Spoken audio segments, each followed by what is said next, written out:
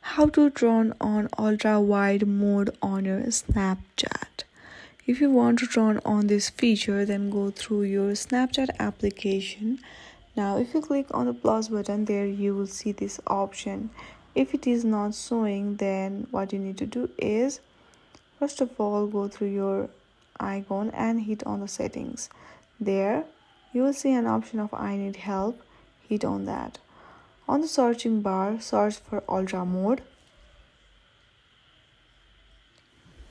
Now select any option from these, then one form will be opened. Now you need to fill up this form, and on the description box you need to describe that you want your ultra mode and submit it.